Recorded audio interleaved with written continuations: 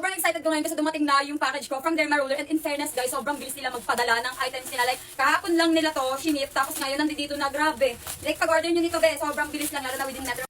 Nagtatanong kayo kung ano to sa Derma Roller. Isa tong skincare set. Then may kasama siyang pen. Bali yung pen na yun, yun yung gagamitin mo para sugatan yung face mo. Pero wait lang ha, huwag ka matakot na sugatan yung face mo in a proper way. Kasi diba kapag yung katawan natin nasusugatan, especially yung balat natin, ano yung nangyayari, diba nagkakaroon ng collagen synthesis sa balat natin kasi yun yung way para magkaroon ng bagong balat at gumaling yung sugat natin. Well, ganun din kay Derma Roller, guys. Bale, ito yung gagamitin natin in a proper way kasi hindi mo naman pwedeng basta-basta sugatan yung face mo, guys. Bale, si Derma Roller, siya yung gagamitin natin pang puncture ng face natin. Pero kung gusto nyo, kung mataas talaga yung pain tolerance nyo, pwede kayo bumili ng mga mumurahin na ng Bing Cream. Hindi naman mahal eh. Kahit yung high quality, mura lang naman, mga nasa 100 to 200 pesos lang. Guys, ganito pala yung itsura niya ha.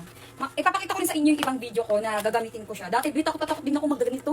Like, sugatan yung face ko. Like, bakit kailangan? Bakit kailangan? Nakakatakot talaga siya as in kapag hindi mo alam. Pero sino ba sa atin yung hindi pa nasugatan sa buong buhay nila, di ba? And pansin nyo ba, ng mga bata pa tayo, kapag nasusugatan tayo, yung pumapalit na balat, di ba, pas